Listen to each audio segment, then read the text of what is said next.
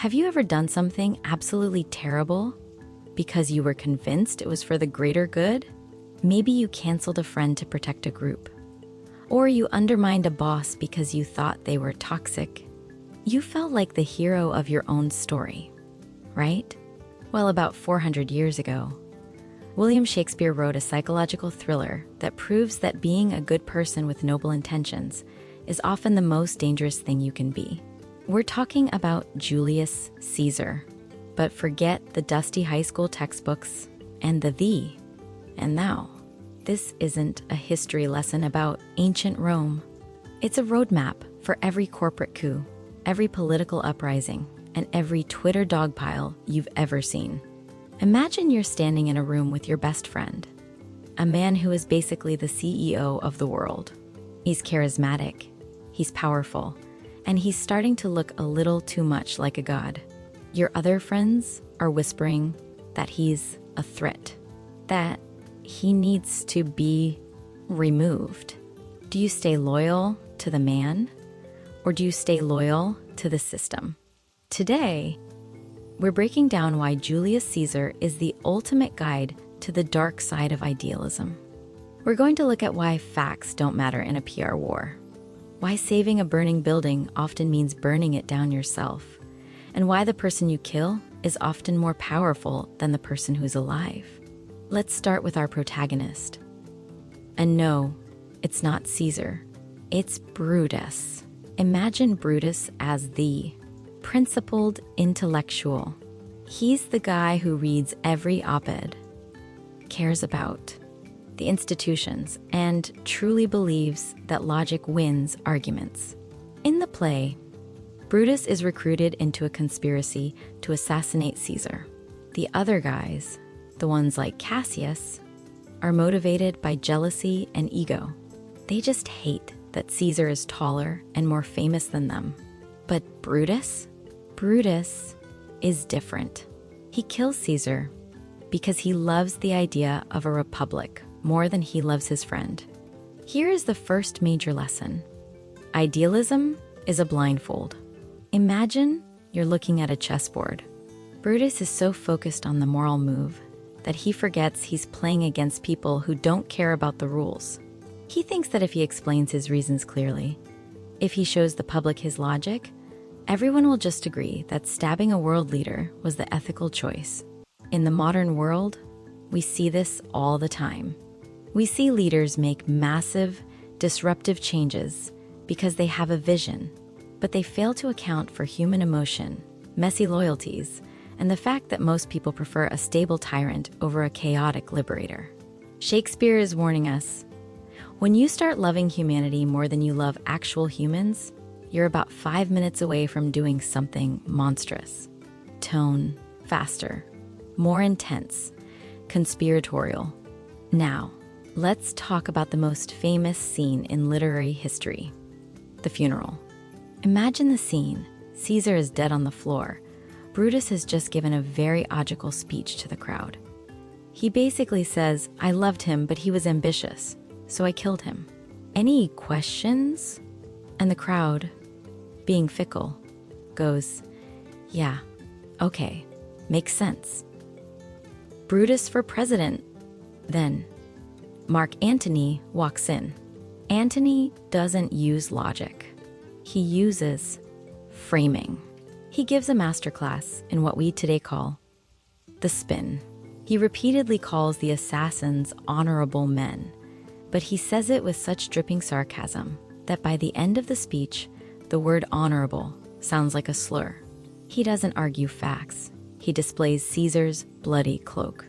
He points to the holes in the fabric and says, look where his friend Brutus stabbed him. He plays on the crowd's greed by reading Caesar's will, promising them money and public parks. The lesson? In a crisis, the person who tells the best story wins, not the person with the best facts. Antony proves that you can radicalize a crowd, not by giving them a new philosophy, but by making them feel like they've lost something personal. He turns a political assassination into a personal betrayal. This is the blueprint for every viral outrage cycle.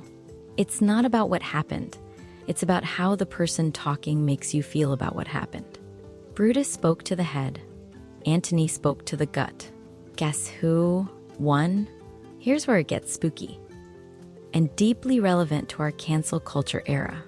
The conspirators thought that if they killed the man, they killed the tyranny. They thought Caesar was the problem. But Shakespeare shows us that Caesar isn't just a guy, it's a system. Once a society reaches a certain point of instability, it craves a strong man. By killing Caesar, the conspirators didn't bring back the Republic. They created a power vacuum that was filled by someone even more cold-blooded. Octavius Caesar. Imagine you're trying to delete a computer virus by smashing the monitor. The monitor is gone, but the code is still in the hard drive. Shakespeare uses the literal ghost of Caesar to haunt Brutus. This is a visual metaphor for guilt and unintended consequences. You can kill a leader, but you can't kill the spirit of the age. In fact, by making Caesar a martyr, the conspirators made him more powerful than he ever was in life. This is the Hydra effect. You chop off one head and two more grow back, usually ones that are much hungrier for revenge. It's a warning to anyone who thinks that removing the bad guy is the same thing as fixing the problem. Tone, reflective. Finally, we have to look at how these characters die. Brutus, the great intellectual, ends up running onto his own sword. Why? Because his rigid worldview couldn't survive the messiness of reality. He lived by a code of stoicism, the idea that you should remain calm and logical, no matter what. But in the end, his logic led him to a battlefield where he was totally outclassed. The big takeaway here is that inflexible virtue is a liability. Brutus was too good to kill Antony when he had the chance, and that goodness resulted in a civil war that killed thousands. Shakespeare is forcing us to ask a gut-wrenching question. Is it better to be a pure person who fails, or a messy person who actually maintains order? Tone, critical, sharp, intellectual. Now, let's get into the critique. Why does this play still matter? And where does it fall short for a modern audience? Shakespeare is often accused of being pro-monarchy or anti-democracy. And if you look at how he portrays the common people in Julius Caesar, it's pretty brutal.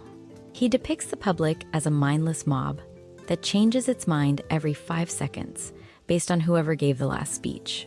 From a modern power to the people perspective, this feels cynical. It feels like Shakespeare is saying the masses are too stupid to govern themselves. However, and this is the transformative part of the analysis, if you look at modern social media algorithms, can you really say he was wrong?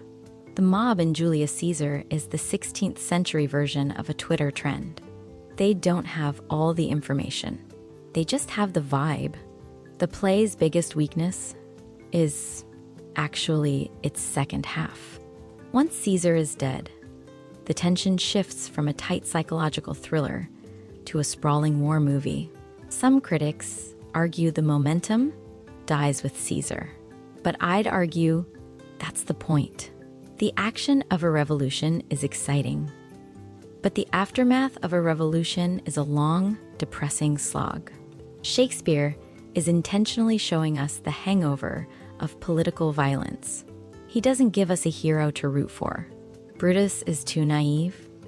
Cassius is too bitter. Antony is too manipulative. And Caesar is too arrogant. The play is a mirror. If you walk away thinking Brutus was a hero, it says more about your own biases than the text. It's not a story about good versus evil. It's a story about order versus chaos, and the terrifying realization that both options kind of suck. 8, 30, 10. Personal verdict and actionable step. Tone. Conversational. Closing. Empowering. So what's my final verdict? If you're a leader, a creator, or just someone trying to navigate the politics of your own office, Julius Caesar is required reading. It's the ultimate antidote to the main character syndrome. It reminds us that our noble intentions don't shield us from the consequences of our actions. The world is full of Brutuses, people who think they're saving the world while they're actually burning bridges. And it's full of Antonys, people who know exactly which emotional buttons to push to get what they want. Here is your actionable step for today. Next time you hear a persuasive speech, a political ad, or even a call to action from your favorite influencer, I want you to apply the Antony filter. Ask yourself, is this person talking to my logic? Or are they showing me a bloody cloak? Are they using facts? Or are they using loaded language, like Antony's honorable men, to manipulate how I feel about those facts? Once you see the spin, you become immune to it. Don't be a Brutus. Don't assume that just because you have a good heart, you have a good plan. Read the play. Watch the old 1953 movie with Marlon Brando, and learn how the game of power is actually played. Because if you don't understand how the spin works, you're eventually going to find yourself standing in a room, holding a metaphorical knife, wondering why everything is on fire. Thank you for watching.